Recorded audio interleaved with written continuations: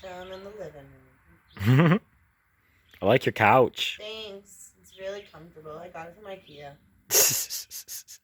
They came and installed it. You paid a little extra though.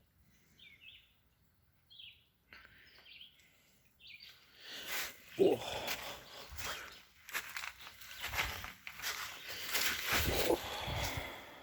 That came out pretty good. Mm-hmm. Oh, I see. You did. Very smart. Yeah. Rope to the... Oh, you had to move the coffee table. That's why. To get up high enough. Yep. And then I'm going to put stakes in to make it wider. And I'm going to put maybe one more or two more rope, if I can, just on one side to make it a little bit taller. We'll see. Walking. Brush maybe.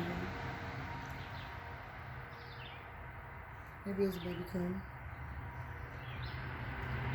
Said the deaf girl.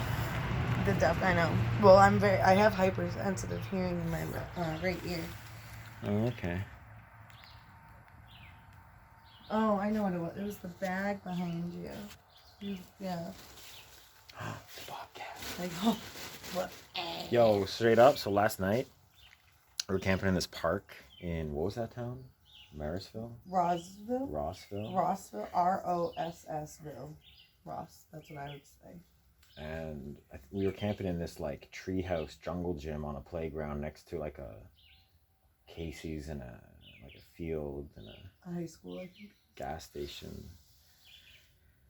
And there was this fucking poltergeist sound. Like, I don't even want to recreate it, but it was 2 octaves higher than this. It was like, Kah! It was like, it sounded like a crow. But it was like a shrieking poltergeist sound. Really high pitched, very annoying, kind of scary. Like a crow mixed with a firework. And at first I thought it was like maybe... I thought it was something dying. I had no idea what it was. And then I was scared though. I was like, what? But I also didn't know if I was imagining it. I was so tired. I had no idea what it was. I was a little freaked out and uncomfortable, and I grabbed my knife. And then I didn't have my glasses on, so I couldn't see it that well, but it looked to me like a little tiny fox. Almost like maybe a big fox. And then I asked the locals about it at the Casey's at the gas station, and I described the sound, and they're like, oh yeah, that was a bobcat. They're around here for sure. Actually, I saw 2 of them. I saw one that went closer, and then I saw one far away. And that's how I could see its form. So I got a bunch of dirt on here. Key tip, if you want to fight the bugs, you just put a bunch of dirt and gravel on you. And it sucks. Can you film this? It's like upside down. It sucks at first because you have gravel and mud on you and you have to be really careful. But like after a while, I don't know how you can see it, it leaves this little dustiness on your skin that won't go away. And it barely gets in your clothes. And once you have that, you're basically impervious to bugs. So I always like to, when I'm camping by a creek, I always do that on my forearms, my biceps, shoulders, and my whole back. Not my neck, but I don't do anything on my front. I don't know why. I guess because I can probably see bugs and stuff on my front, but not my back. And then, yeah, after a while, you can put a shirt on, and it's like legit, or a tank top. So that's what you do. And for sun, too. That's why, like, piggies roll in mud. Yep. Elephants give themselves, like, dust baths. Hippos cover themselves in mud. They mostly stay in water. Fun fact about hippos, they don't actually swim. Oh, they just walk on the They bottom. walk on the bottom They because kinda they're so jump. heavy. Yeah, they like gracefully they are called like ballerinas because the way they're like doo doo doo doo doo doo. Yeah, I dated a guy who was really into hippos, so I know a lot. Really into hippos. I really Like it. ridiculously into hippos. Wow. I like giraffes. Those are my favorite. I'm the hippopotamus. My rhymes are bottomless, flowing off the top of this esophagus. I'm not a water-dwelling animal, a cannibal. What you saying? Now you never watched the movie Hannibal? Oh wow, that was great. My rhymes are unlimited. I am the infinited. What you coming back, but you can't cause you hit it. What? I don't know. Everybody got that flow. Chilling by the river cause I got nowhere to go. Yeah. Oh yeah. Time to deliver. Yeah. So maybe we see some bobcats tonight. We I saw don't some. think so. I saw baby coons. I might make a fire right there. Like, I don't know. We don't really need a fire. But if I can find enough wood, I might make a small fire here. The smoke would keep the buggies at bay. Nowhere else. But it could. I looked down there is the highway. So. I'm just saying.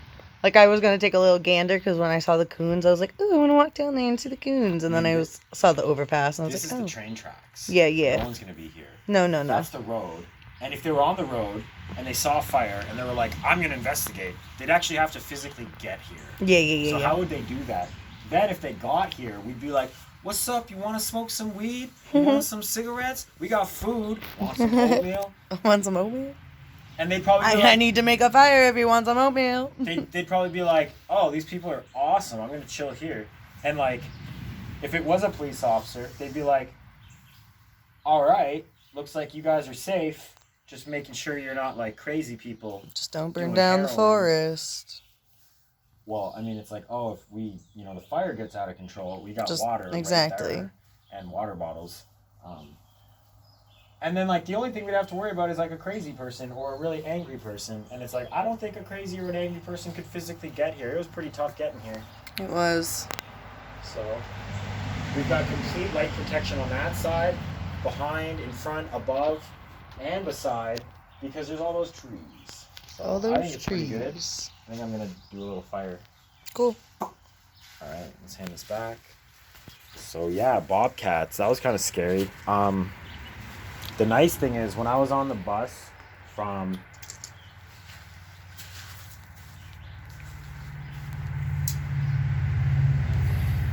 St. Louis to Kansas City, this guy traded me, not these things, but like, let me see here like this. So a guy traded me this little doodad. And it's a polycord bracelet, which is always good as rope. That's basically what this rope is here. This is polycord. So if I needed to emergency situation, I could turn this bracelet into polycord. The compass does not work as far as I'm concerned. Like north is up, north is right. It's not moving. But that's fine because it also has this little metal thing, which like it's pretty strong. I'm trying to think, like you can cut certain things, you can cut rope, cardboard boxes, you can etch things into cans and water bottles. Bree and I have the same water bottle. Show that water bottle there. Mine, I etched a little cross in the middle here, and on the other side, so now we can tell the water bottles apart. Not that it's a big deal, but like sometimes she puts, like root beer in it, and sometimes I put lemonade, and it's just sort of a surprise sometimes when it's like we put our bottles down and then we get it mixed up, and it's like I'm going for some lemonade, I'm like, lemonade's coming, and it's like it's fucking root beer, man. God damn it. So the thing I like about this thing, Dr. Pepper, the main thing is that it has a whistle, and I've been told that whistles are good for keeping away bobcats. So If I see a bobcat, I'm just gonna grab my whistle and go. So that's pretty cool. Also, if I'm dying somewhere, you know, I just go, oh, Jack, come back, Jack, Jack. Come back. But yeah, like real talk, I got bobcat prevention kit here. I got the whistle. I got my black hiking boots right there. I can kick them in the face. There's a ton of rocks we could throw at them. Throw rocks at them. And I also got my knife, so I'd stab them. You know, we're good. We have bobcat for dinner. We have bobcat for dinner. Or breakfast. Depending on the time. I wonder what bobcat tastes like. Oh, probably super good. Probably not a lot of fat. I'm gonna make this fire. Peace.